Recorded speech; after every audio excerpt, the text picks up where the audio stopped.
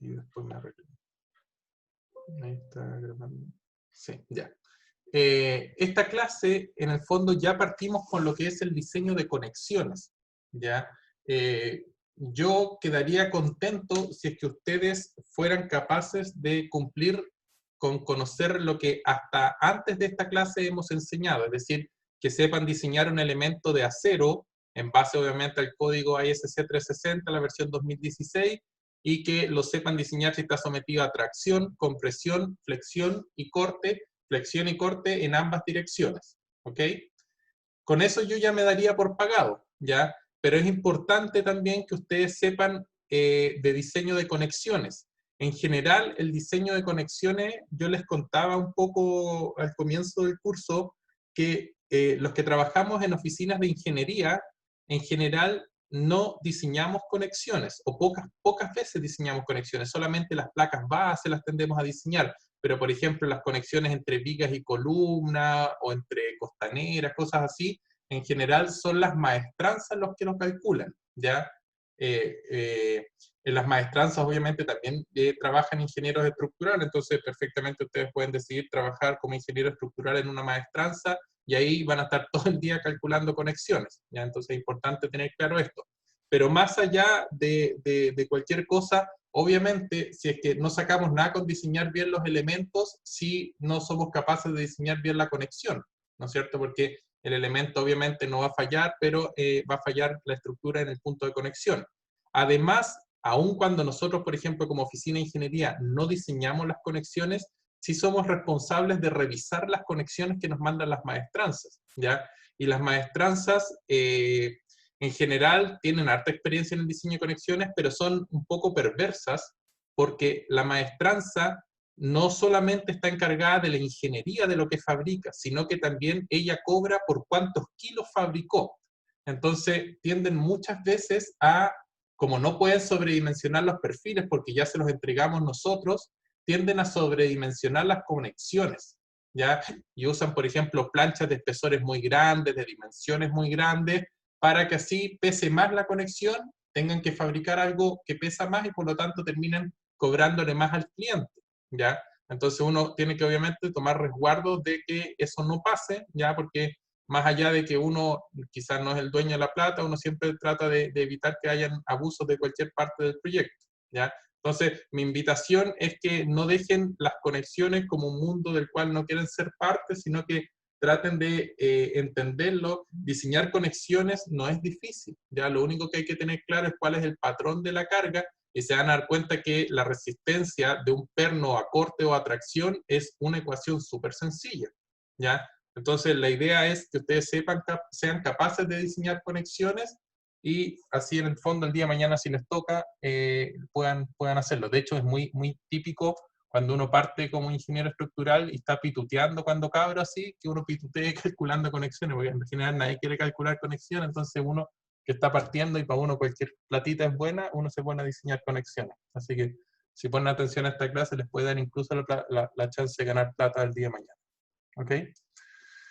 Entonces, si vamos al tema del diseño de conexiones, yo esperaría que el día de hoy entendamos cuáles son los tipos de conexiones. La clase de hoy día está enfocada solamente en el diseño de conexiones apernadas, ¿ya? Es decir, las conexiones soldadas las vamos a ver en 2 clases más, porque este diseño de conexiones apernadas contempla 2 clases, ¿ok?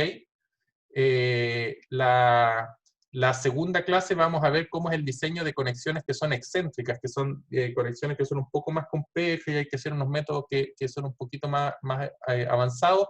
En este caso vamos a ver simplemente cuáles son los tipos de pernos estructurales que hay, los modos de falla más típicos, y vamos a analizar 2 tipos de conexiones, las que se llaman de tipo aplastamiento y las que son de tipo deslizamiento, y vamos a finalizar esta clase viendo cuáles son los requerimientos mínimos que impone el código para el diseño de conexiones, ¿ya? El diseño de conexiones en el código ISC 360 de la versión 2017 está en el capítulo J, ¿ok? Y obviamente siempre contempla, al igual que todas las disposiciones del código, el cálculo de una resistencia nominal y después, dependiendo si estamos en el método ASD y el RFD, define factores de mayoración de carga o factores de seguridad para transformar esa resistencia nominal en una resistencia de diseño, ¿ok? Entonces, existen dos tipos de conexiones, ¿ya?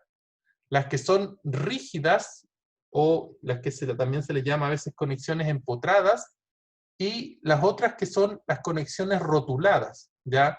Una conexión rígida quiere decir que es una conexión que traspasa momento entre los elementos conectados, es decir, no permite el giro relativo entre los elementos, ya se mantiene siempre el ángulo que tienen los elementos al momento de conectarse.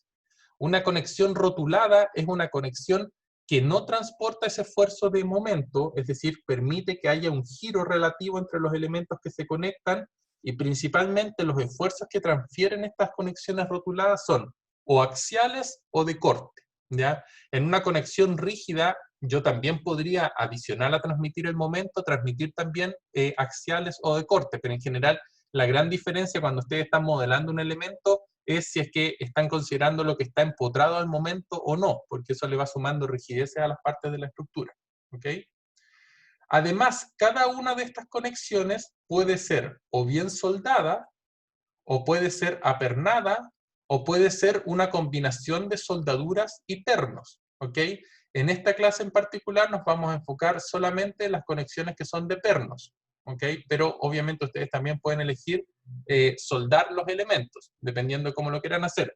Recuerden que yo les dije, y de hecho hace un rato me desconecté en una reunión, estaba precisamente en una reunión de que estábamos viendo cómo se van a modularizar unas estructuras para llevarla a terreno. Este es un terreno que queda a 4.500 metros de altura, cerca de Chañaral, y obviamente la idea es disminuir la cantidad de trabajo en terreno, y cualquier trabajo que sea en terreno se están evitando las soldaduras, porque conseguir soldadores calificados de minería que más encima puedan trabajar a 4.500 metros de altura es súper difícil, ¿ok? Entonces uno trata siempre de minimizar el número de soldaduras y trata de maximizar el número de conexiones apernadas, ¿ya? Porque apernar cualquier viejo, incluso nosotros mismos podríamos agarrar y apernar un perno cualquiera, ¿ya?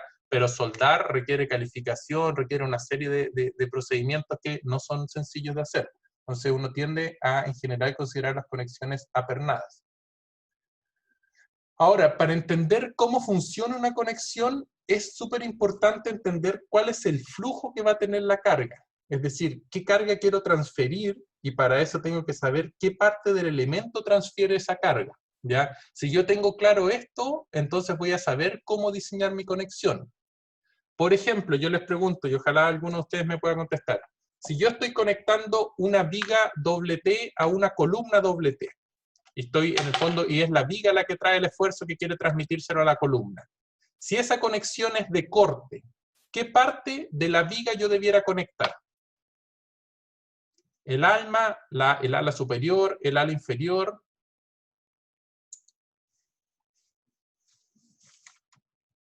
¿Alguien me podría decir? ¿Siete cortes? Sí. ¿El alma? El alma, ¿no es cierto? ¿Por qué? Porque yo sé que el corte de una viga doble T la resiste el alma, ¿no es cierto? Entonces, si es que yo quiero hacer una conexión de corte, yo me tengo que preocupar de conectar el alma del perfil, ¿no es cierto? Sin embargo, si yo estoy haciendo una conexión en que quiero transmitir momento, siempre pensemos en los esfuerzos respecto al eje fuerte. Si yo quiero transmitir momento, ¿qué parte del perfil debiera yo conectar?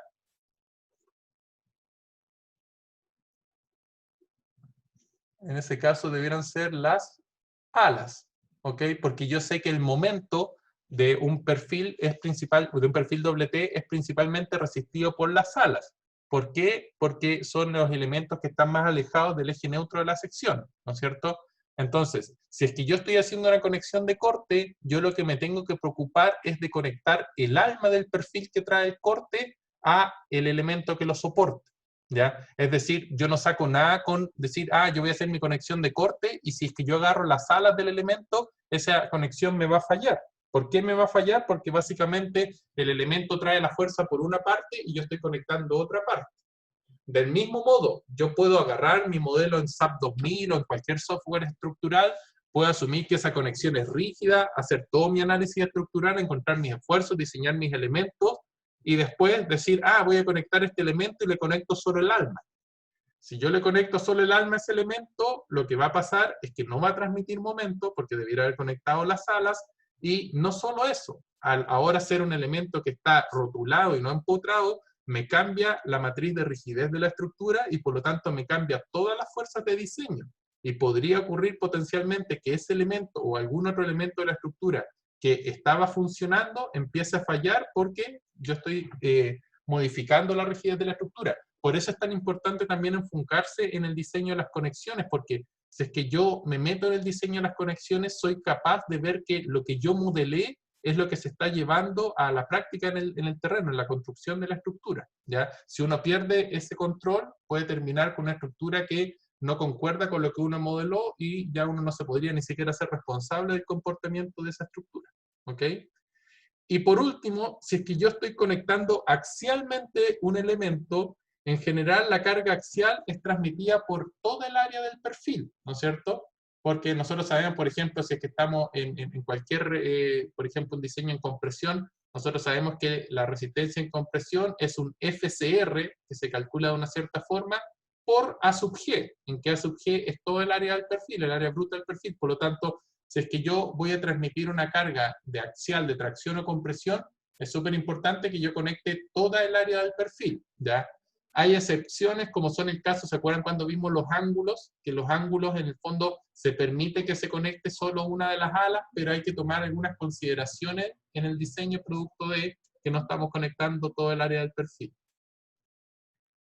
Entonces, ¿cómo se ve una típica conexión de corte? Por ejemplo, esta sería una típica conexión de corte, que estoy asumiendo, por ejemplo, que acá la fuerza de corte está actuando respecto al eje mayor, entonces yo esta viga la quiero conectar a esta columna, y como tengo que conectar el alma de este elemento, lo típico que yo puedo hacer, por ejemplo, es que yo puedo traer una plancha, que es esta planchita amarilla que se ve acá, soldarla al ala de este perfil, que esto venga como una sola pieza, es decir, la columna traiga esta planchita soldada con las perforaciones y el alma de este elemento venga con las mismas perforaciones, entonces yo las pongo ahí y aperno estos elementos y entonces yo podría decir que esta conexión es simplemente una conexión de corte porque al no conectar las alas del perfil, yo en teoría estoy permitiendo que este elemento pueda rotar respecto a este.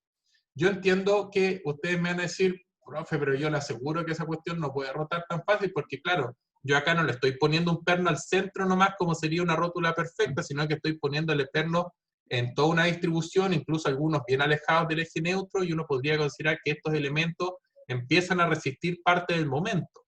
Pero en general, como la fuerza de momento la trae las alas, basta con no estar conectando las alas para considerar que esta conexión es de corte y no es rígida.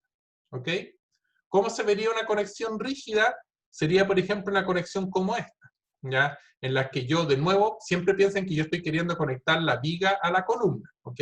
Entonces, si yo tengo la viga que trae un cierto momento, yo sé que ese momento se me va a transmitir como una tracción en el ala superior y con una compresión en el ala inferior, o viceversa, dependiendo de la fuerza, de la dirección que tenga el momento, ¿no es cierto? Entonces, yo, por ejemplo, podría traer toda esta viga de acá con esa planchita verde que se ve ahí soldada, ¿ya? Es decir, que todo eso sea como una sola pieza, la viga con toda esa planchita como una sola pieza, y yo podría poner pernos que atraviesen el ala de este perfil y con pernos que estén bien alejados del eje neutro, que serían estos pernos de abajo y esos pernos de arriba. Entonces, estos pernos de acá estarían tomando las fuerzas que traen las alas y estos pernos de acá en el fondo estarían tomando básicamente el momento, o sea, perdón, el corte que traería el elemento, porque acuérdense que siempre que hay momento hay corte, porque el corte es la derivada del diagrama de momento. Ya, entonces en general, considerar una conexión que solo transmita momento no existe, siempre la conexión que transmite momento también va a transmitir corte.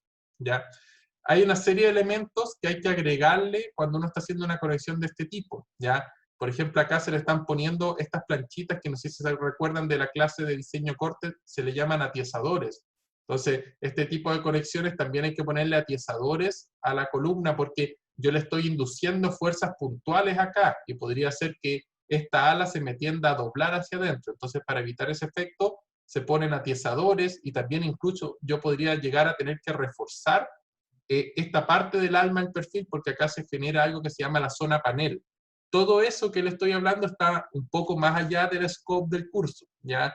el alcance del curso, ustedes tienen que pensar que no estamos cubriendo absolutamente todo lo que contempla el código, sería imposible. Yo lo que estoy tratando es que ustedes entiendan las disposiciones generales y cómo diseñar el perfil, pero siempre, obviamente, hay cosas que requieren más profundidad que no alcanzamos a tocar. Ya, así que ahora cuando veamos el diseño de conexiones, yo les voy a enseñar cómo se diseña atracción y corta un perno, ya sea por aplastamiento, por deslizamiento crítico, etcétera, pero no me puedo meter en todas las cosas asociadas al diseño de una conexión. Eso lo van a tener que estudiar ustedes después por su cuenta en el futuro. Y una conexión axial, por ejemplo, sería una conexión como esta. Acá yo tengo estas diagonales, que no sé si se distingue bien en la foto, pero son perfiles cajón, ¿ya? Cajones cuadrados en este caso, y estos perfiles cajones, si ustedes ven, llevan una planchita, o una plancha en este caso, que no es nada de chica, lleva una plancha que hace una cosa que se llama destajar el perfil. ¿Se acuerdan que en la prueba, en la pregunta 1, yo les puse precisamente una conexión de este tipo, en la que ustedes tienen el perfil y le descuentan una parte al ala porque les meten una plancha que va soldada ahí? ¿Ya? Esto vendría siendo un símil de la pregunta 1 de la prueba 1. Y si ustedes ven, en el fondo, la fuerza, ya sea de compresión o de tracción que traen estas diagonales, este elemento se las va a transmitir a esta plancha, y esa plancha después se la va a transmitir a esta otra plancha de acá a través de todos estos pernos de acá. ¿Ok? Entonces, acá de nuevo tenemos un cálculo de una conexión en la que requiere entender también cuál es el patrón de carga, porque en este caso, por ejemplo, el patrón de carga es que la carga que trae en la diagonal se la transmite primero a la soldadura se la transmite a la plancha se la transmite a los pernos, y los pernos se la transmite a esta otra plancha, y esta otra plancha se la transmite a la viga. No sé si me siguieron ese flujo de carga. Eso es súper importante entenderlo, porque así me permite saber cómo tengo que considerar yo cada paso de la fuerza en mi diseño. ¿Ok? Obviamente, para que la fuerza que trae este elemento pase a esta viga, requiere primero que la soldadura no falle, después que esta plancha no falle, después que los pernos no fallen, después que esta otra plancha no falle, después que la soldadura entre esta plancha y esta viga no falle, y finalmente que esta viga sea la que no falle. ¿Ya? Entonces es súper importante que yo vaya siendo capaz de hacer siempre ese flujo de carga para poder diseñar mi conexión de manera adecuada. Entonces, veamos por ejemplo una conexión rígida apernada, ¿ya? La conexión rígida apernada sería en el fondo que todas las partes estuvieran apernadas, ¿ya? Entonces, por ejemplo, ya acá yo le podría poner un ángulo, por ejemplo, acá, que es eso que se ve en azul más profundo, y ese ángulo yo lo podría apernar al ala superior de este elemento y apernar al ala de la columna para lograr agarrar el ala superior, y podría repetir la misma solución al ala inferior. Entonces, de esa manera me aseguro que ambas alas estén perfectamente tomadas. Y para tomar el corte, que obviamente toda conexión siempre va a traer corte si es que trae momento, me aseguro poniéndole acá otro angulito en la cual yo tenga que la fuerza la transmita entre estos pernos y estos pernos de acá. ¿Ok? Otro tipo de conexión rígida es lo que se llaman los empalmes de los elementos, ¿ya? Este caso de acá, por ejemplo, yo tengo una viga y yo quiero que esa viga llegue como una conexión rígida a esta columna, ¿ya? Entonces, una opción sería que yo me evitara este empalme de acá y yo fuera y soldara directamente acá, ¿ok?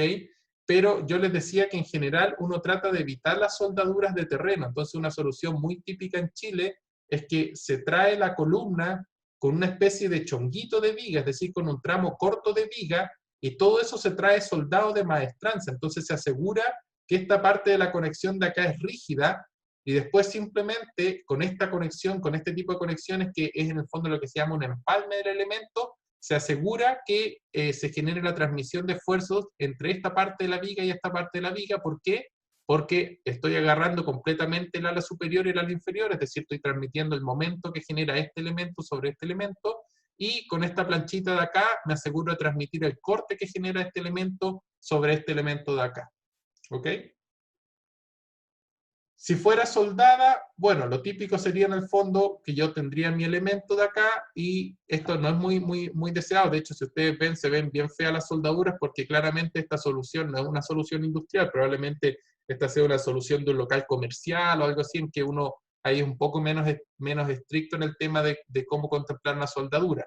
Pero acá lo que básicamente están haciendo es que están poniendo un ángulo, y ese ángulo va soldado tanto a la viga como a la columna que recibe. De esa manera transmito el corte entre los elementos, y por otra parte, para transmitir el momento entre ambas partes, lo que hago es que pongo una plancha que va soldada ahí, y también va soldada, bueno, no se alcanza a ver, pero va soldada por acá al ala superior y también por acá al ala inferior. ¿Ya? De esa manera garantizo que sea una conexión rígida, en que ahora lo hice todo a través de soldaduras. ¿Ya?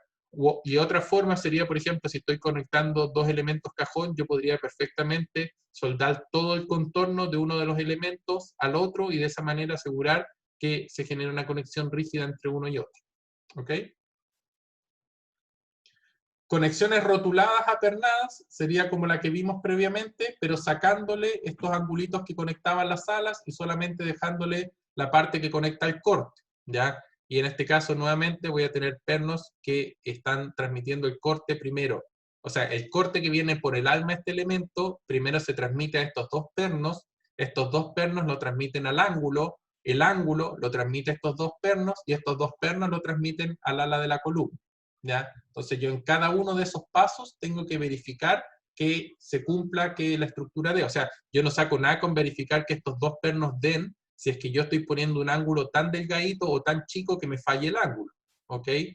Y por lo tanto también no me sirve tampoco diseñar que estos dos pernos den, y por ejemplo acá poner pernos más chicos que no me den. Entonces, efectivamente, no se me va a romper acá, no se me va a romper acá, pero se me va a romper acá.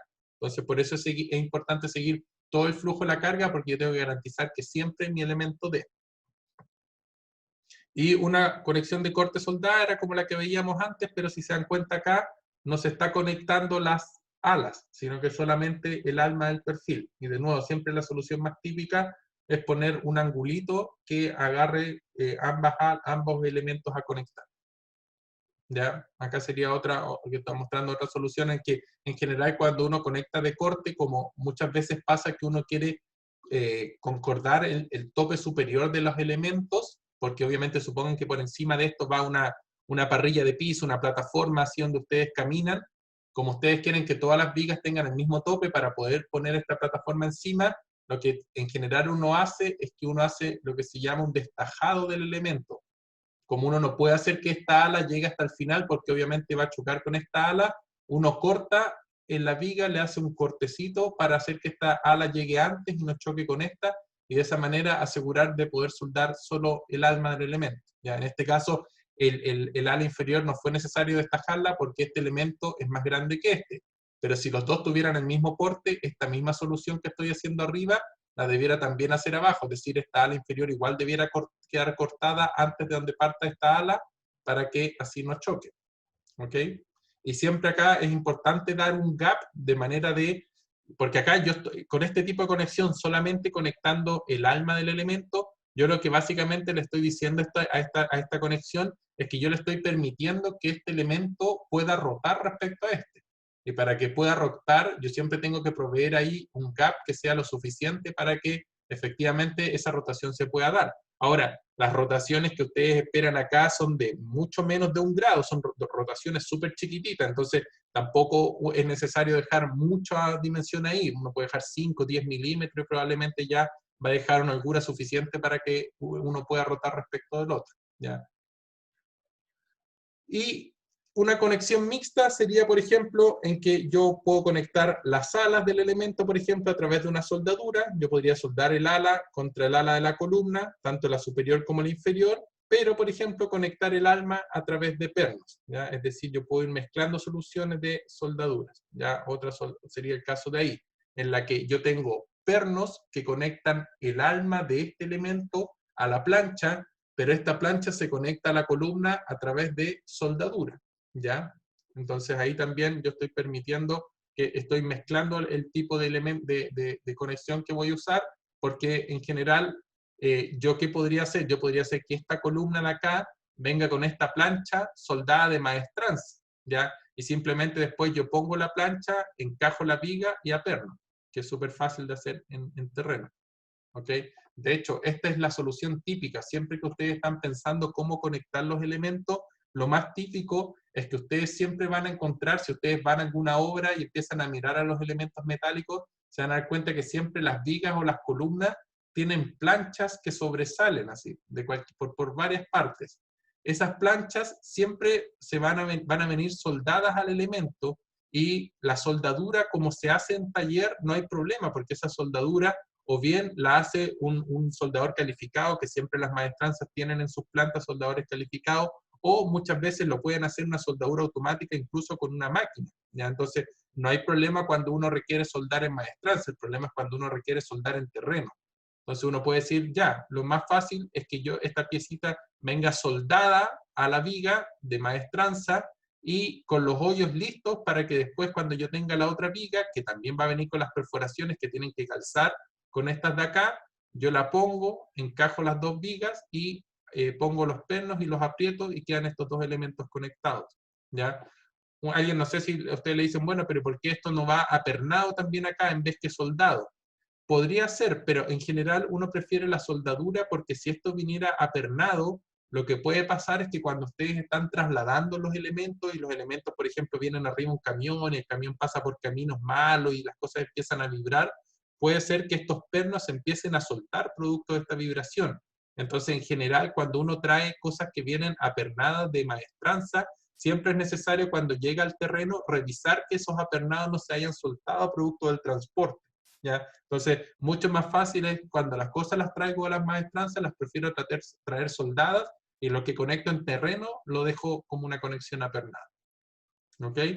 Eso sería para una conexión de corte. Si yo quisiera repetir esta idea para una conexión que sea una conexión rígida, yo podría pensar en algo así, ¿ya? Yo podría traer esta plaquita soldada con las perforaciones que coinciden con las perforaciones del alma para transmitir el corte, y podría traer una plaquita superior que vaya soldada y una placa inferior que vaya soldada, igual con las perforaciones de estas que coincidan con el ala superior y de estas que coincidan con el ala inferior. Y podría encajarlo ahí y apernar todas las cosas para que funcione. ¿Alguien me podría decir por qué esta conexión no es como tan recomendada?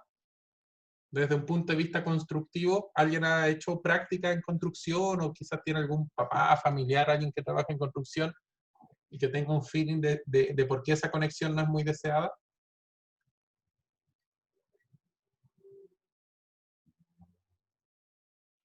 ¿Alguna idea, comentario?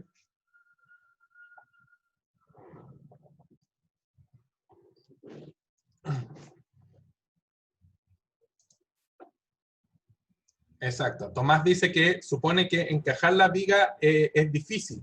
En este caso en particular es difícil porque cuando ustedes van montando los elementos, este elemento obviamente va a venir tomado de una grúa, ¿no es cierto? Que va a venir con unos ganchos y unos agarres por ciertas partes, pero uno siempre trata de tomar los elementos desde arriba y bajarlos para encajarlos.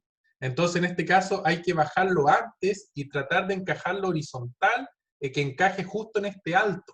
Entonces, esa es una maniobra súper compleja de hacer, versus este caso de acá, que sí es más sencilla, porque ustedes bajan el elemento nomás, incluso lo pueden bajar acá y les va a calzar al tiro estas hoyos de acá con estas perforaciones de acá. En cambio, si ustedes la dejan, como decirle, un poco casada esta entrada, en que la dejan tapada por arriba y por abajo, les queda solamente una sola forma de entrar a esta conexión, que es entrar como por el eje longitudinal de la viga, y se hace mucho más difícil hacerlo, ¿ya?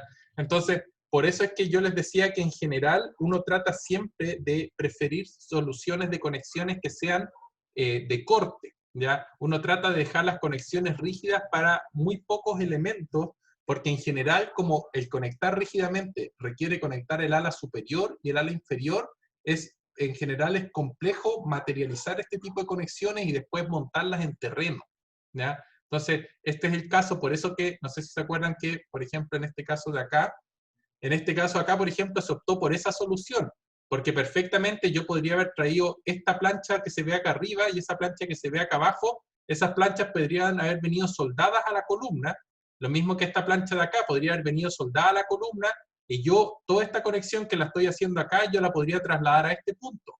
Pero de nuevo, encajar este elemento hasta acá y meterlo justo entre estas dos planchas y a veces podría ser que esas dos planchas no estén un poquito desalineadas, quién sabe, entonces no empieza a caber y hay que empezar a martillar para que quepa el elemento, o quizás quedó muy abierta las planchas y hay que empezar a cerrarlas para que quepan justo. En cambio acá es mucho más sencillo, porque yo voy a tener este elemento, yo basta que traiga la viga, la nivelo en ese punto y acá un viejo puede estar sentado incluso arriba de este tramo de viga y empieza a pernar ahí el elemento superior, el elemento inferior y deja toda la conexión materializada, ¿ya?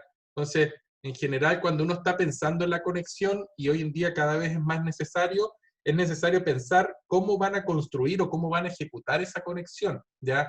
Porque piensen, la mayoría, si ustedes se dedican especialmente al rubro industrial, los proyectos industriales en general no son en el medio de la ciudad, donde ustedes pueden disponer de gente para trabajar libremente. Los proyectos industriales o mineros en general son en zonas bien alejadas y uno trata de minimizar la cantidad de gente que hay durante la construcción. Entonces, mientras más se simplifique el proceso constructivo, es más barato para la empresa hacerlo, ¿ya? Entonces, una cosa que es importante tener en cuenta y que está en la sección J18 del código IS 360 es que no se permiten conexiones en que la resistencia sea compartida entre la soldadura y los pernos, ¿ok? Eso es súper importante entenderlo de buena manera, ¿ya? Porque usted me va a decir, ¿cómo, profe, usted recién mostró conexiones mixtas y tenía soldadura y tenía perno? Entonces, ¿cómo? ¿Se puede o no se puede? Lo que quiere decir esta disposición de acá, quiere decir que en cada etapa del flujo de la carga no se puede compartir la resistencia entre una soldadura y un perno, ¿ya? No quiere decir que en la conexión no pueda haber soldaduras y pernos. Quiere decir que cuando yo empiezo a hacer este flujo de carga que hicimos anteriormente, en cada una de esas partes del flujo no puede estar mezclada una soldadura con un perno, ¿ok?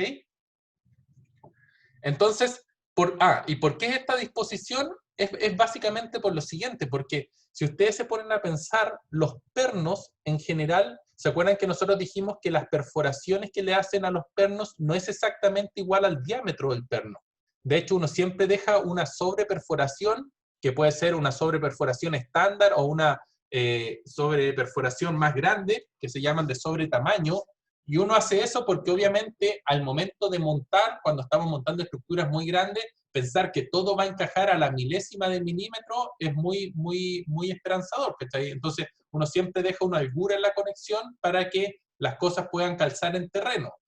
Entonces, ¿qué va a pasar? Que si yo conecto un perno, el perno va a tener una holgura, mientras que la soldadura no tiene ninguna holgura, porque la soldadura obviamente conecta los elementos y los deja perfectamente de tope.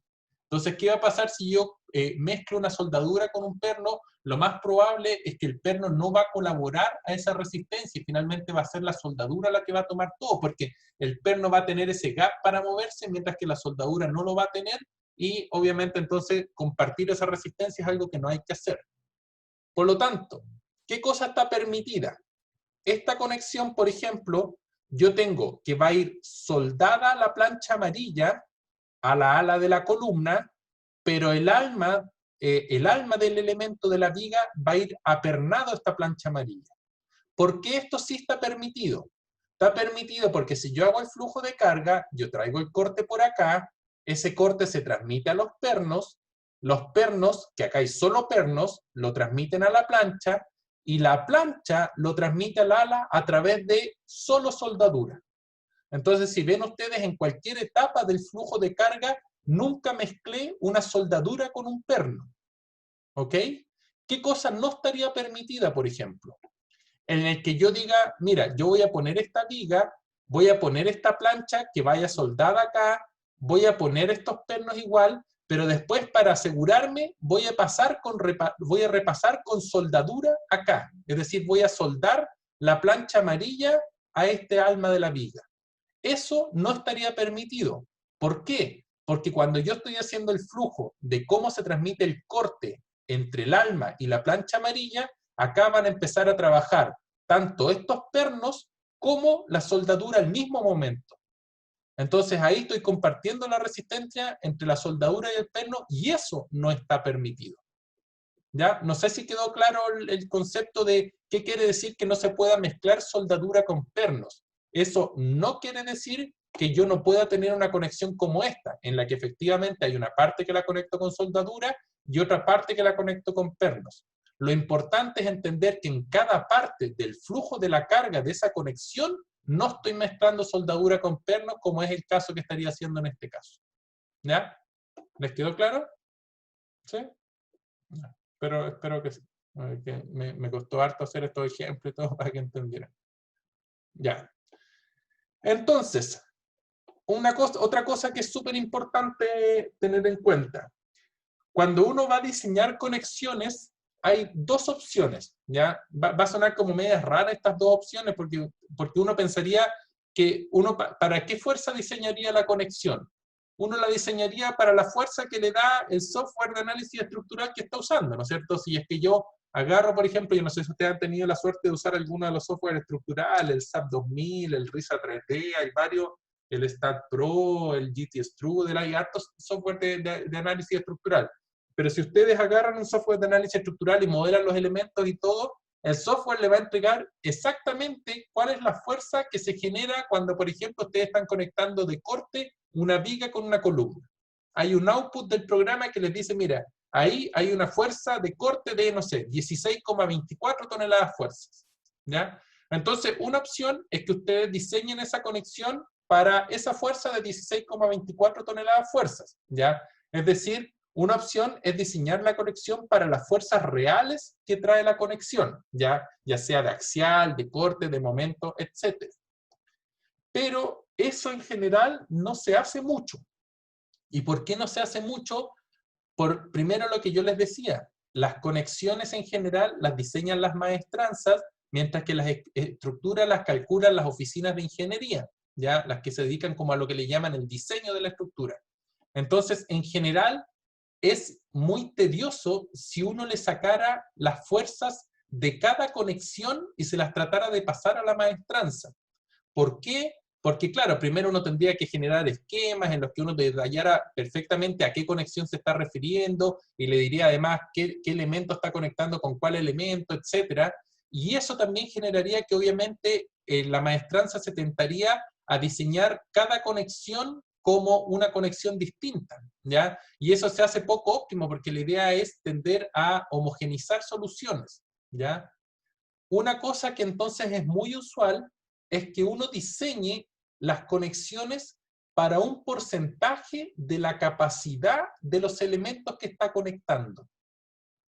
Entonces ahí uno puede dar una instrucción más genérica en vez que decirle cuál es la fuerza real que está conectando los elementos. Por ejemplo, yo le podría decir, mira, cuando estás conectando una viga a una columna, y esa es una conexión de corte, diseña esa conexión para que resista el 70% de la capacidad a corte del elemento. ¿Ya? Entonces, ¿yo sé la capacidad corte del elemento? Sí, porque basta que yo sepa qué elemento es, y yo sé que es 0,6 por FI por A sub G, ¿no es cierto? Entonces, esa es la capacidad del elemento, eso lo multiplico por 0,7 y tengo listo cuál es la fuerza de diseño de esa conexión a corte. ¿Ok? Sin que yo le haya tenido que dar cuál es la fuerza real de ese punto. Y de esa manera yo lo puedo decir como una nota genérica. Entonces el tipo, cuando va a conectar cualquier elemento con otro, lo único que necesita es saber cuál es el elemento que va a conectar, calcula el 70% de la capacidad corte, y con ese 70% de capacidad corte diseña la conexión y queda lista. ¿Ok? Entonces esa es una forma mucho más fácil de diseñar los elementos, porque de esa manera no es necesario detallarle elemento por elemento cuáles son las fuerzas de conexión. ¿Ya? ¿Cuál es el problema de eso? Claro, que a veces uno tiende a sobredimensionar los elementos, porque uno no, en general trata de tirar un número que contemple el caso más desfavorable de elementos que está conectando, ¿ya? Pero puede ser que ese 70% de la capacidad corte del elemento sea para el más crítico de la estructura y quizás todos los otros están demandados, no sé, al 20-25% del corte. Acuérdense, ¿se acuerdan cuando vimos en la clase pasada cuáles eran los factores de utilización que uno encontraba para flexión y cuál era lo que encontraba para corte? Para corte, en general, los factores de utilización tienden a ser bajos, ¿ya? Entonces, pasa que, claro, si uno se trata de tirar con un porcentaje de la capacidad del elemento, va a terminar haciendo que muchos elementos queden diseñados para una carga mucho más grande que la carga real que tienen. ¿Ok? Entonces, para hacer esto, uno lo que genera a veces en los planos de diseño Esta es una tablita de un plano de diseño del proyecto Spence, que es un proyecto que terminamos hace poco, que es la ampliación de la minera Spence en Sierra Gorda, ¿ya? Entonces, nosotros en el plano pusimos varias notas, y la nota número 13 decía lo siguiente, decía, para el diseño de conexiones, considerar lo siguiente. Las conexiones de momento serán a la capacidad a flexión del elemento menor a conectar. ¿Ok? Entonces, si yo estoy conectando una viga con una columna, en general la viga va a tener menor sección, entonces yo sé que la capacidad a flexión de la viga es, en este caso siempre se considera la capacidad máxima a flexión de la viga, es decir, va a ser FI por ZX, y para ese FI por ZX, es decir, para toda la capacidad de flexión del elemento, yo tengo que diseñar esa conexión. ¿Ok? Otra opción sería, las conexiones de arrastramientos y montantes serán a la capacidad a tracción del elemento. ¿Cuál es la capacidad de tracción del elemento? FI por A sub G. Entonces yo sé FI por A sub G y por lo tanto sé cuál es la fuerza que tracciona el elemento y por lo tanto sé cuál fuerza tengo que considerar para el diseño. Las conexiones de corte, de vigas a corte, serán a la capacidad corte en el eje fuerte, es decir, para el 100% de la capacidad corte del elemento, más 20 kN en el eje débil, salvo indicación contraria, eso significa SIC. En todo caso dice salvo indicación contraria. Y el punto 13,4 dice, en caso que se indique en los planos, se deberá utilizar la información de la siguiente tabla. Las fuerzas y momentos son ASD, ¿ya? Es para especificarle que no están mayorados, para que el caballero cuando vaya a diseñar sepa si están mayorados o no, porque el caballero va a calcular una resistencia nominal, esa resistencia nominal tiene que saber si la multiplica por phi o la divide por omega para compararla con la fuerza. Entonces acá nosotros le estamos diciendo que las fuerzas que le estamos entregando son ASD y que son concurrentes entre ellas, es decir, esta compresión ocurre al mismo momento que ocurre este corte, este momento y este momento. ¿Por qué? Porque vamos a ver que cuando uno diseña una conexión, uno tiene que considerar la interacción entre las fuerzas, ¿ya? Entonces, por ejemplo, en esta tabla, ¿qué dice? Dice, por ejemplo, que hay una conexión que se llama MC1. MC viene de Moment Connection, ¿ya? Entonces, acá él está diciendo que siempre que uno se meta al plano, bueno, yo no les mostré el plano acá, pero si uno se mete en el plano, hay ciertas conexiones que sale una notita que dice MC1. Si dice MC1 en esa conexión, acorde a la referencia 13.4, uno en vez que diseñar para lo que dice 13.1, 13.2 y 13.3, diseña para las fuerzas que aparecen acá. Ya que acá va a haber una compresión o tracción y unos cortes, unos momentos, etcétera. Y entonces esa conexión no hay que diseñarla a la capacidad, sino que habría que diseñarla para fuerzas reales. ¿Por qué a veces uno hace eso? Porque hay elementos a veces que son tan grandes que si uno los diseña a la capacidad, termina con una conexión tan monstruosamente grande que muchas veces ni siquiera se puede materializar la conexión. Entonces, obviamente, uno en esos casos tiene que darle cuáles son las fuerzas reales de diseño para que la persona sepa con qué fuerzas diseñar. ¿Ok? Pero lo importante es que uno puede diseñar para las fuerzas reales o, si quiere hacerlo más simple, para un porcentaje a la capacidad del elemento. ¿Ya? Veamos entonces cuáles son los tipos de conexiones que vamos a encontrar de conexiones apernadas, ¿ya? Lo primero que es importante entender es que, como dijimos anteriormente, siempre para la instalación de los pernos se considera un sobrediámetro de la perforación, ¿ya? Y sabemos además que existen tres tipos de agujeros. Acá estoy metiéndome ya en lo que es básicamente el diseño de conexiones apernadas, pero previo a calcular la resistencia necesito que entiendan algunos conceptos para que después podamos seguir con el diseño de las conexiones. Los tres tipos de agujeros que tiene una perforación es un agujero estándar, ¿ya? Puede ser un agujero con sobretamaño o puede ser lo que se llama un agujero alargado, ¿ya? O en inglés se le llama slotted hole, ¿ya? ¿Qué es un agujero alargado? Ya, perdón. Y la tabla J.3.3, ¿se acuerdan cuando lo vimos para la prueba número 1? Cuando ustedes querían calcular el área neta en tracción, que ustedes vieron que había una tabla que decía cuál era el tamaño de cada una de estas perforaciones. Esta tabla de la CI entrega cuál es el tamaño de los agujeros en cada caso. ¿Ok? Entonces acá tienen esa tabla. No sé si se acuerdan en un momento que vimos la tabla. Entonces, dependiendo del tamaño del perno, ya, los más típicos son los pernos de 3/4. Esos se usan en el 97,63% de los casos. y después son pernos de 7/8 de una, y ya son muy raros cuando uso unos pernos sobre una pulgada. ¿Ok? Entonces, acá les dice cuáles son las dimensiones de la perforación, todo esto en pulgadas. Si el agujero es estándar, si ustedes tienen un perno de 3/4, el agujero en realidad es de un diámetro 13/16 de pulgada. Si es que ahora es con una sobre tamaño de perforación, en vez de hacer un agujero de 13/16, lo hacen de 15/16. Esos son si ustedes tienen agujeros estándar o agujeros de sobre tamaño. Pero ustedes también pueden querer hacer agujeros con perforaciones alargadas, como sería, por ejemplo, este caso de acá. ¿Ok? Entonces ustedes podrían querer, acá está el perno, y ustedes por algún motivo podrían querer hacer una perforación que sea alargada en ese sentido. ¿Ya? ¿A alguien se le ocurre por qué yo podría querer hacer este tipo de conexiones? Básicamente en esta conexión, este perno se puede mover en este rango hasta obviamente este borde de acá y hasta este borde de acá. ¿Por qué uno podría querer hacer este tipo de conexiones?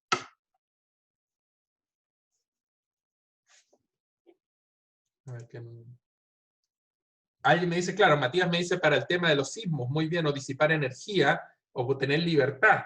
Básicamente, exacto, es para eso. Es muchas veces, no sé si ustedes han visto, por ejemplo, cuando caminan por calle Bandera, no sé si han visto que hay un puente bien bonito, que es un puente como de vidrio del Banco Santander, me parece que es. Ese puente está uniendo dos estructuras, ya que son dos edificios antiguos. Cada uno de esos edificios se diseñó para comportarse sísmicamente como una estructura solita, ya como un edificio independiente. Si ustedes, por ejemplo, le ponen un puente y hacen que ese puente esté rígidamente conectado a ambas estructuras, lo que ustedes van a hacer es que ahora el comportamiento sísmico de esos dos edificios se comportan como una sola estructura, porque este puente los agarra y los empieza a hacer que se muevan juntos. ¿Ya? ¿Qué pasa? Que al final ustedes están haciendo que una estructura que se diseñó para ciertas condiciones ahora se comporte para otras condiciones. Entonces, por ejemplo, es muy típico que ese tipo de pasarelas uno las diseñe con unas perforaciones que sean alargadas así, de manera de que cuando viene un sismo en esta dirección, el puente hacia un lado va a tener una conexión que va a ser sin esta perforación alargada, es decir, el puente va a quedar agarrado a uno de los edificios, pero respecto del otro edificio, el puente se va a poder mover libremente en este sentido. ¿Ya? Porque va a tener la capacidad de moverse dentro de ese rango. Obviamente, uno estima que este largo sea tal que coincida con las deformaciones que uno espera que tenga esa estructura en un sismo, ¿ya? Entonces, ¿qué hago de esa manera? Yo logro que los dos edificios se comporten sísmicamente de manera separada, porque con este tipo de perforaciones permito que el puente se mueva libremente respecto de una de las estructuras y así no las acople, ¿ya? Otra cosa súper típica, por ejemplo, este tipo de conexiones son súper típicas cuando son estructuras largas, en que, por ejemplo, ustedes tengan problemas de temperatura, ¿ya? Una estructura, cuando ustedes la someten a un delta de temperatura muy grande, ustedes saben que si el delta de temperatura es positivo respecto a la condición inicial de temperatura que tenía la estructura, esta se va a tender a alargar, ¿no es cierto? Y el alargamiento de una estructura es proporcional al área que tienen los elementos y al largo que tienen los elementos. Entonces, si ustedes tienen, por ejemplo, un puente, por decirles algo, que tenga, no sé, 25, 30 metros de largo, incluso más, 50, 100 metros de largo, si ustedes consideran la carga que genera la temperatura sobre ese puente, ya sea de elongarlo o de contraerlo en el caso de que baje la temperatura, hace que las fuerzas axiales que se tomen sean demasiado grandes.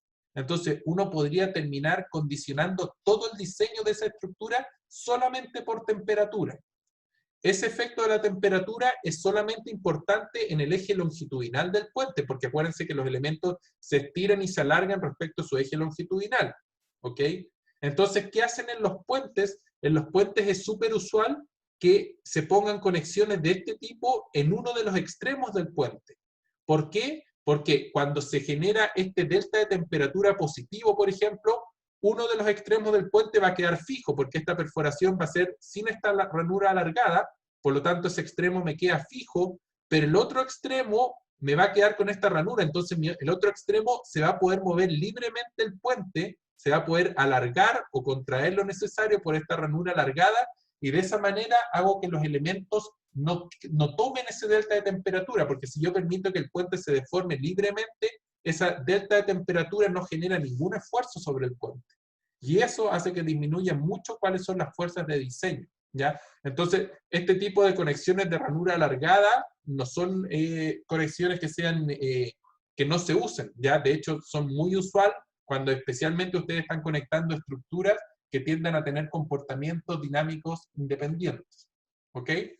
En este caso, el código considera dos tipos de perforaciones de ranura, uno que le llama de ranura corta y otro que le llama de ranura larga, en la que si ustedes ven, el ancho de la perforación siempre coincide con el tamaño de la perforación estándar, pero la segunda cantidad indica cuál es el largo de la perforación, que puede ser, por ejemplo, con perno de 3/4, 1 pulgada si la ranura es corta, o 1 pulgada 7/8 si la ranura es larga, ¿ya? Es decir, esos serían los 13/16, y en este caso, si fuera una ranura corta, ese sería 1 pulgada, que es la distancia que ustedes le están dejando esa conexión, ¿ok? Ahora, estos son como recomendaciones mínimas del código, ¿ya? No mínimas, perdón, como recomendaciones estándar. O sea, en general la gente, si tú le dices que haga un hoyo estándar para un perno de 3/4, él sabe que tiene que hacer un hoyo de 13/16, ¿ok? Pero ustedes esta ranura la pueden poner tan larga como ustedes quieran, ¿ya? Porque puede ser, si ustedes tienen una estructura que es muy alta, muy flexible, puede ser que ustedes requieran que se tenga que mover más de 1 pulgada hacia cada lado, ¿ya? Y si requieren más de 1 pulgada, incluso más de 1/7/8 pulgada, no sé, se necesita mover, por decirle algo, 3 pulgadas para cada lado, basta que esta ranura la hagan de 3 pulgadas de largo, y eso el tipo que fabrica la estructura lo puede hacer perfectamente, ¿ya? Entonces, siempre que obviamente van a hacer una ranura que es más larga, no pueden decir simplemente que van a hacer una ranura corta, ahí tendrían que poner 13/16 por 3 pulgadas para que la persona entienda que tiene que dejar una ranura de 3 pulgadas de largo. ¿Ok? Ya, respecto a los tipos de pernos estructurales que existen. Existen unos pernos que se llaman los pernos corrientes, ¿ya? Y la calidad más típica es lo que se llaman los A307. Cuando le digo ahí menos frecuente, no me refiero a que sean raros esos pernos, sino que lo que está pasando hoy en día es que esos pernos se están tendiendo cada vez a usar menos, ¿ya? Ahora, si ustedes van al Home Center o a Alicia a comprar pernos, lo más seguro es que ustedes encuentren pernos que son de calidad A307, que son los pernos que se le llaman pernos corrientes. Pero hay los que se llaman pernos de alta resistencia. Y esos pernos de alta resistencia son generalmente los que se usan en minería o en temas industriales, incluso en temas habitacionales. No sé si ustedes ven, por ejemplo, arriba del Costanera Center va una estructura metálica que le da la terminación a la estructura. Esas pernos, o sea, la forma en que se conectó esa estructura metálica es también con pernos de alta resistencia. Es decir, en general, en la práctica profesional de estructuras que son importantes, uno ya dejó de usar pernos corrientes, en general usa pernos de alta resistencia. ¿Por qué hace eso? Es porque el perno de alta resistencia me parece que vale algo así como 100 o 500 pesos más de lo que vale un perno corriente. Entonces, la diferencia de precio es tan baja, y sin embargo la ganancia de resistencia es tan alta, que incluso sale más conveniente comprar pernos de alta resistencia, porque uno termina usando menos pernos que si usara pernos corrientes. Entonces puede incluso llegar a ser más barato que el usar pernos corrientes, ¿ya? De los pernos de alta resistencia hay varios tipos. Los más usuales se llaman A325, ¿ya? ASTM, acuérdense que es American Society of Testing Materials, ¿ya? Que es la institución de Estados Unidos que se encarga de la certificación de todos los materiales que se usan, ¿ok? Entonces, en general, cualquier categoría de algún material que se haga en referencia a Estados Unidos siempre parten con ASTM, ¿ya? Por eso es que, por ejemplo, el acero se llama ASTM A36, ya el acero que a veces usamos en las pruebas, ¿ya? A325, como les digo, son los pernos de alta resistencia más frecuentes. Después vienen los A490, que resisten un poquito más que esto, pero que también se están tendiendo a usar harto. Después hay otros dos pernos que se llaman F1852 y F2280, que esos se les llaman twist off, ¿ya? Y yo les voy a mostrar a continuación un video en el que cuando ustedes están apernando, hay dos formas de hacerlo. Una es un apernado tradicional, es que simplemente hay un viejo que con una máquina llega y aperna, o sea, le enrolla la tuerca al hilo del perno, y eso lo hace manualmente, pero con una presión que no es tan importante. Y hay otros pernos que traen una especie de vástago. Yo lamento que en la clase esta la estemos haciendo online y no presencial, porque yo cuando hago esta clase presencial tengo un perno que se los muestro a los alumnos y no se los puedo mostrar por la cámara porque lo tengo en la oficina y no lo puedo ir a buscar lamentablemente.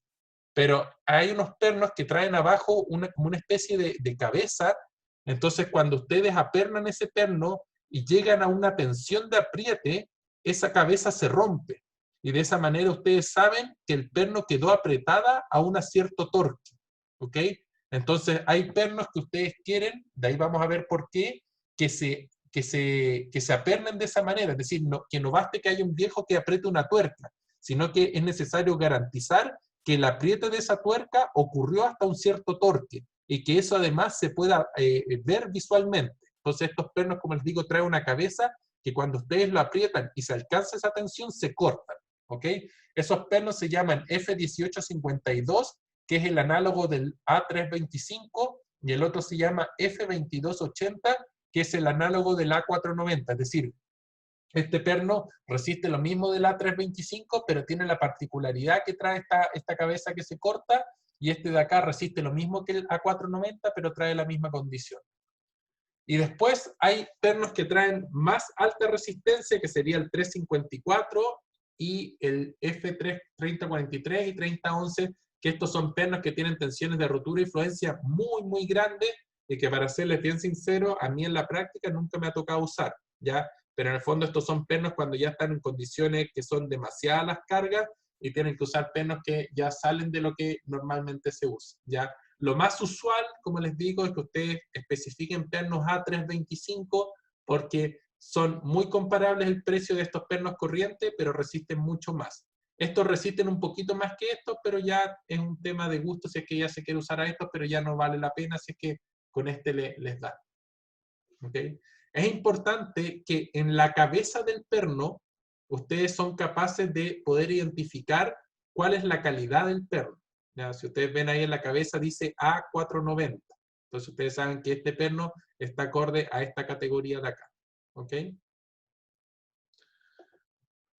Los diámetros de los pernos en general se especifican en pulgadas, ¿ya? Incluso acá en Chile, que nosotros no tenemos un sistema de medición imperial, lo único para lo cual se respeta el sistema de medición imperial es cuando uno se refiere al diámetro de los pernos y de las perforaciones. Eso siempre se ha trabajado en pulgadas y probablemente eso no cambie. Ahora también existen pernos métricos, ¿ya? De hecho, en Europa es muy usual usar pernos métricos. ¿Ya? Y de hecho, si ustedes ven esa misma tabla que yo les mostré de las perforaciones mínimas, o sea, de las perforaciones nominales, está dado para pernos métricos como para pernos imperiales. Los pernos A325 y A490 en general van en diámetros que van desde media pulgada hasta 1,5 pulgadas, ¿ya? El más usual, como les digo, es el de 3/4 y después un muy usual 7/8 y 1 pulgada igual. Pero el 3/4, o sea, siempre que ustedes van a partir diseñando una conexión, siempre cuando yo les hablo de todas estas cosas, el feeling está asociado al mundo industrial. No piensen que estoy hablando de cuando ustedes van a hacer, no sé, una parrilla o van a instalar un techo para la casa. Ahí obviamente estamos hablando de otra dimensión. Ahí lo más usual es que usen pernos de media pulgada, no andan comprándose pernos de 3/4, ¿ya? Pero si están entraron a trabajar en una oficina de ingeniería y llega el jefe y les dice, calculen esta conexión, siempre partan con pernos de 3/4 de acero A325, ¿ya? Ese es como el típico estándar. Y estos se aprietan con una llave normal, que en inglés eso se dice snook type. Ese es un tipo de apriete normal con llave. Después, los pernos A354 son pernos que se pueden encontrar en diámetros más grandes. Ya estos pernos en general se encuentran hasta 1,5 pulgadas, por lo tanto, si ustedes requieren pernos que son más de 1,5 pulgadas, ya tienen que pasar a otra categoría de acero. Y los pernos, estos que son los que yo les decía, 1852 y 2280, también están en las mismas dimensiones de este, pero para hacer el apriete ya no basta con una llave tradicional, que es lo que se le llama el snug tight, sino que requiere que se aprieten con una llave eléctrica y se genere este efecto que le llaman el twist off. ¿Ya? Entonces les voy a mostrar a continuación un video donde, para que entiendan. No sé si me está cargando, no me está cargando.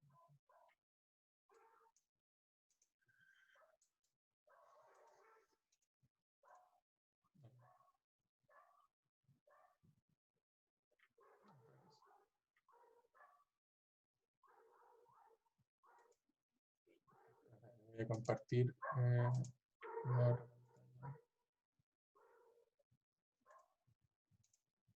Ya. Ahí deberán estar viendo cómo se instalan estos pernos que se llaman twist off.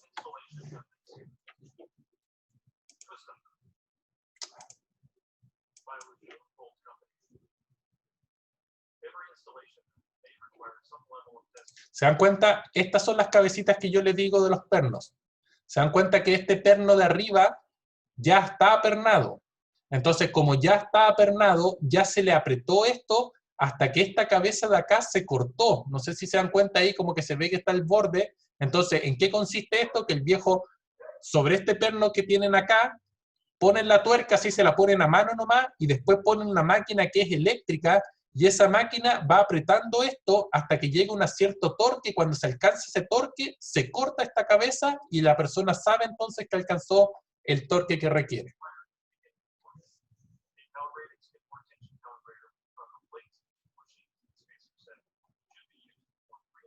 Ahí dice que obviamente uno tiene que calibrar la máquina a cuál es más o menos el torque que requiere para el perno.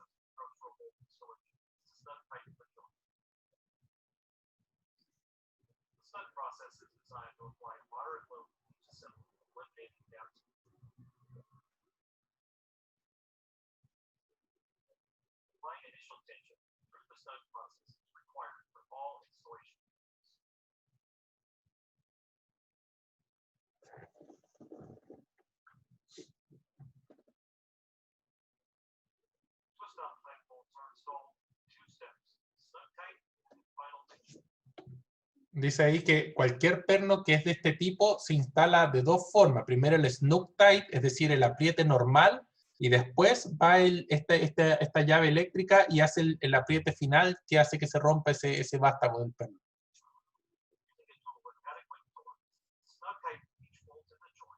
Se dan cuenta que primero simplemente aprieta, se dan cuenta que ningún vástago está roto porque hacen este primer apriete en el fondo que es simplemente para asegurar que quede un poco apretada la tuerca, pero ahí no han alcanzado la tensión final.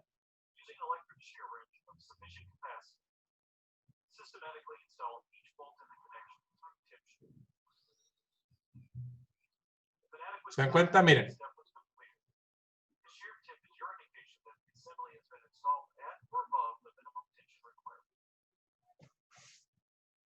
¿Se dan cuenta? Y ahí va sacando una cosita que la va botando. ¿Se dan cuenta? Y eso es básicamente este vástago que se rompe y le garantiza que eso quedó con una tensión de apriete mínima que es la que ustedes requieren para que ese perno quede bien conectado.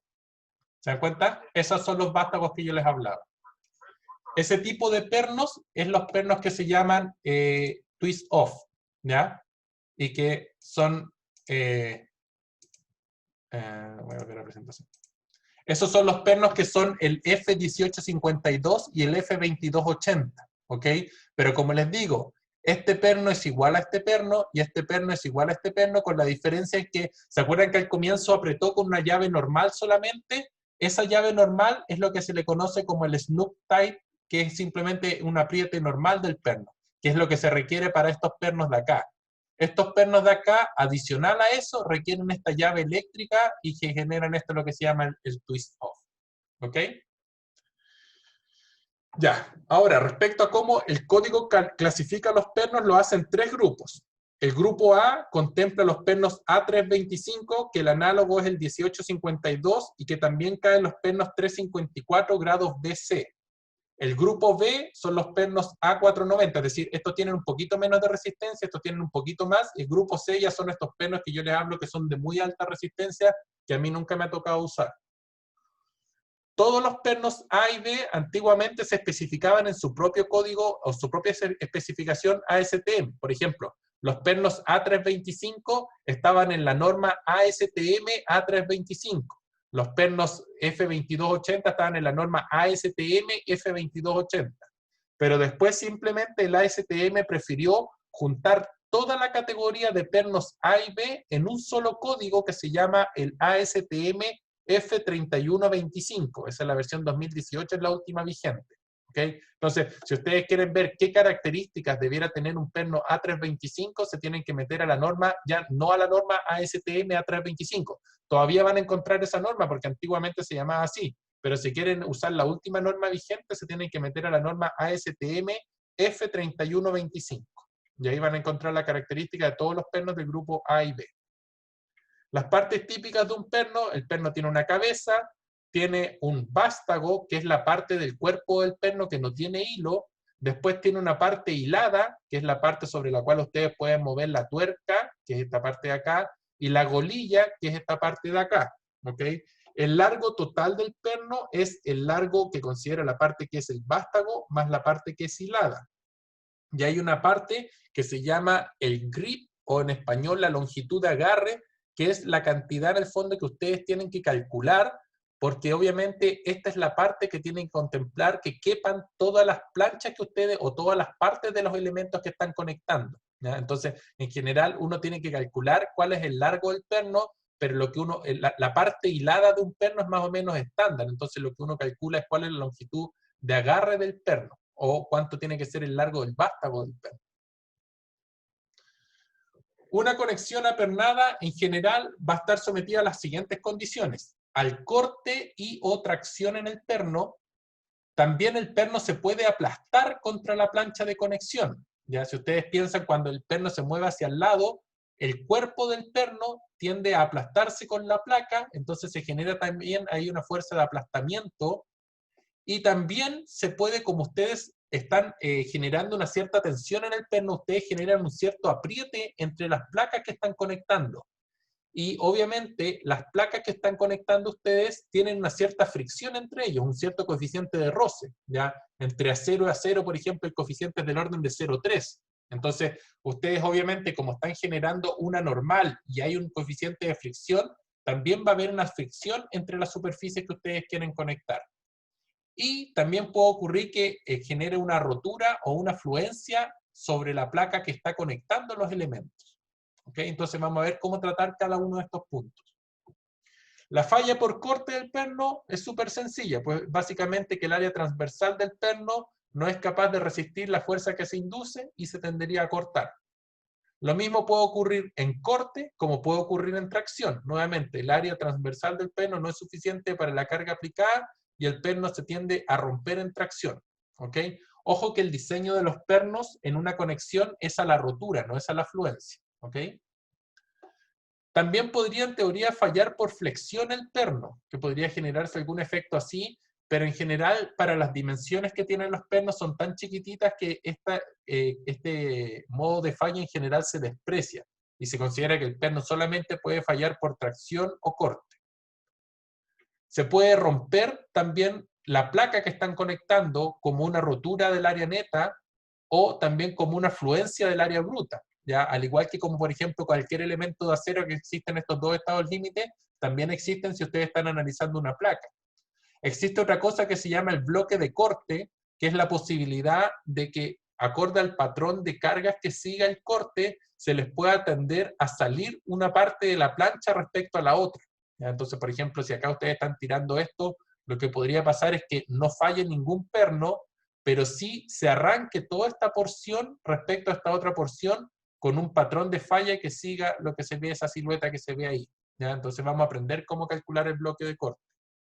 Puede haber una falla que se llama por aplastamiento, que es básicamente el borde del perno que topa contra la placa, y ahí se genera un aplastamiento, y si la placa no es lo suficientemente, un espesor suficiente, se puede romper ahí. O puede haber otra falla que se llama el arrancamiento del perno, o tear out en inglés, que ocurre que, de nuevo, si el perno está muy cerca del borde, lo que va a pasar es que se dice que la placa no tiene suficiente carne, se le dice en ingeniería, no sé por qué se usa ese término, y puede hacer que se arranque hacia el lado, no falle por aplastamiento como ocurre en este caso, sino que se salga todo ese bordecito porque es muy pequeño y se genera una falla también del perno. ¿Ya? Existen dos tipos de conexiones apernadas, las que se llaman de aplastamiento o bearing type y las que se llaman de deslizamiento crítico o que se llaman slip critical. Estas son las más usuales, ¿ya? Estas son menos usuales y en general uno trata de no usar mucho. En esta se desprecia el roce que hay entre las superficies a conectar. Por lo tanto, a mí no me interesa cuál es la tensión de apriete de los pernos. A mí lo único que me interesa es que el perno esté atravesando las superficies que quiero conectar. En este caso de acá, toda la resistencia de la conexión se basa en el roce que ocurre entre las superficies a conectar. En este no requiere un proceso especial de instalación. Cuando me requiero un proceso especial, me refiero a que basta con este proceso del snug tie o con el apriete normal con una llave del perno. En este caso, requiere que todos los pernos sean de tensión controlada, o estos que son con estos métodos twist-off, porque yo necesito garantizar que como yo estoy usando la resistencia a fricción entre las placas, yo necesito garantizar cuál es la normal que está ejerciendo ese perno. Y para garantizar cuál es la normal que está ejerciendo ese perno, yo tengo que garantizar cuál fue la tensión con que apreté el perno. Y la única forma que puedo garantizar eso es a través de estos pernos que se llaman twist-off, porque yo sé exactamente a qué tensión de torque se rompió esa placa, o sea, el vástago, y por lo tanto sé qué normal estoy ejerciendo a la superficie. ¿Ok? Entonces, estas conexiones de deslizamiento crítico exigen el uso de pernos twist-off. La falla se puede producir en los pernos o en las placas. En los pernos se produce por una falla en corte, en tracción, en flexión, pero como les dije se desprecia, o en una interacción tracción-corte. Entonces les voy a enseñar cómo diseñar un perno para que falle el corte, en tracción o en la interacción de estos esfuerzos. ¿Ya? Está un ejemplo de una falla típica al corte. Ahí hay un video que muestra en el fondo cómo es la falla de un perno en tracción. No sé si lo quieren ver. A ver, espérate, déjame compartir.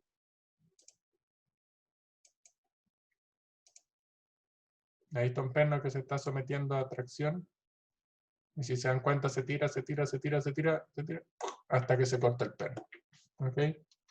Esa es como una falla típica de corte de un perno, que no tiene mucha ciencia. Eso respecto a la falla del perno. Entonces, siempre que un perno vaya a fallar, es o por corte, o por tracción, o por interacción tracción-corte.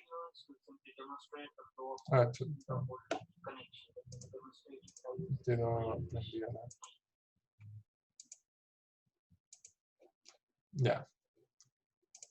Ahora, respecto a la falla de la placa, puede fallar por algo que se llama el bloque de corte, puede fallar por esto que llamábamos el aplastamiento, es decir, que cuando el perno está topando la placa, en esta zona en que se está aplastando el perno, la placa no sea lo suficientemente, tenga el suficiente espesor y falle la placa, o falle por lo que se llama el arrancamiento, es decir, si está muy cerca del borde de la perforación, puede hacer que el perno se salga simplemente de la placa.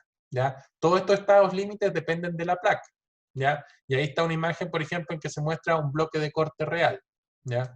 Que acá hay un video de YouTube que muestra también el fenómeno este del bloque de corte. Vamos a ver. Se demora un poco en romperse la cuestión. Ahí está, en el fondo, están ensayando un elemento y van aplicando las cargas y se va a generar una falla por bloque de corte, que la van a observar. Se dan cuenta que ahí se produce, se empieza a romper ahí, pero todavía en teoría va agarrado, y después van a ver que se rompe hacia abajo.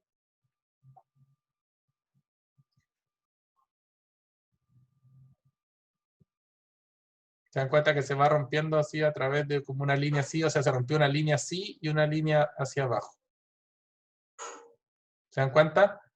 Claro, queda medio deformado, el bloque de corte no es tan bonito como uno se lo imagina, pero básicamente se genera esa falla por bloque de corte, que es lo que les estoy explicando. Entonces vamos a aprender cómo se calculan las placas para esta condición. Ya, vamos a parar un segundo para ahora. Ahora no, toda la parte anterior fue como una parte introductoria que necesitaba explicarle esas cosas porque obviamente no todos tienen estos conocimientos que son más o menos generales respecto a una conexión. Ahora en esta segunda parte nos vamos a meter ya de lleno a cómo se calcula un perno, tracción, corte, cómo se calcula una placa para el bloque de corte, etc. ¿Ya? Así que en 10 minutos más nos volvemos a conectar. Voy a terminar la sesión para que así se genere esta grabación y poder subir la clase después en 2 partes. ¿Ya? Nos vemos en 10 minutos más.